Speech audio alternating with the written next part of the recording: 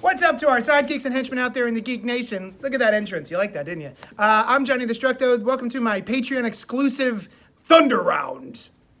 Hi, that's Noel. So sometimes I'm doing it in my. I got my robe on and my coffee, and I'm always looking at the wrong thing. I'm gonna look over here now. I got my robe and my coffee, and I'm talking to you in my studio. But then today we're at the shop because I was able to. Really, it's because it's warm out. If it's cold, I will not come to the store early and make him do it. So yeah, since it's warm, you get double feature. I'm gonna be doing heart attack number 1. We're gonna put 60 seconds on the clock, and I'm gonna discuss it as soon as I tell you who is the team. Shawn Kittelsen, and Eric Zawadski. Look at it. It's not even focusing, is it? Fuck it. All right, ready? And go. All right, so basically this is just mutants. It's just the mutants in the Marvel Universe, except they're not mutants. They're called variants, and they're not in the Marvel Universe. They're in the Image Universe. And basically these kids have powers, and they are being oppressed by the man, as of course they would be. And it's a whole generation of children. Where they are called, let's see, there's variants, but then Desperacitos, and then they're also called Gen V, for Gen Variant, I assume, which you don't find out until the back matter, which is, there's actually some pretty good back matter here. So basically we have kids on the run, and they're fighting a revolution against the man for keeping him down, and the art is really nice, the dialogue is pretty solid, the story's fine, I like it a lot. It's mutants, so that's the easy in for that. And then basically there's these two characters, and both of their variant powers suck, but then when they touch, they are able to weaponize it. And there you go. I did it. Yay! Hey! Pat! Teamwork. All right, your turn. Yeah. I am going to talk about Deadpool #1 by Kelly Thompson and Chris Bachalo. Bachalo? I always say Bachalo, but... Let's go with Bachalo. Yeah. Chris Bachalo. And go. Oh, shit.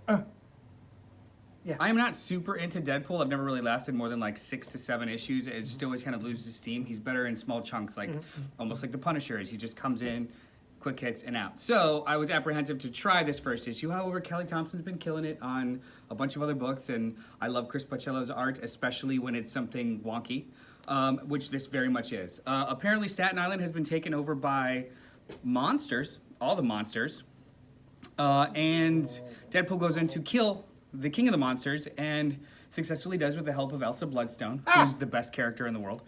And he becomes the king of Monster Island now, and his life is boring, because the kings are boring. I got 15 seconds.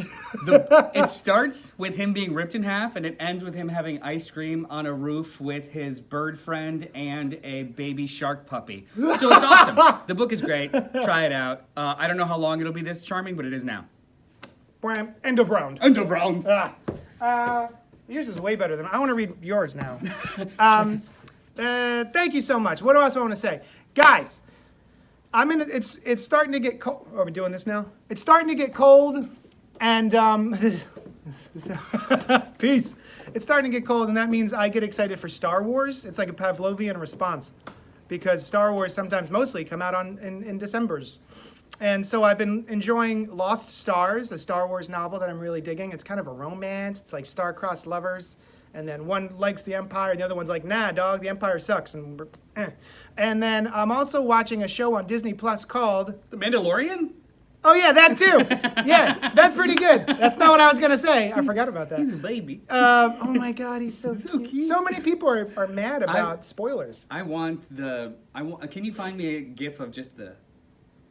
Oh, him trying to like... Yeah, the reaching? Yeah. I was just like, I'm going to heal you. And then he puts him back. Anyway, no, not The Mandalorian. Star Wars Rebels on Disney Plus is awesome. It's so good. It hits all of the sweet Star Wars stuff that I think the Clone Wars did not fulfill in me. When does it take place?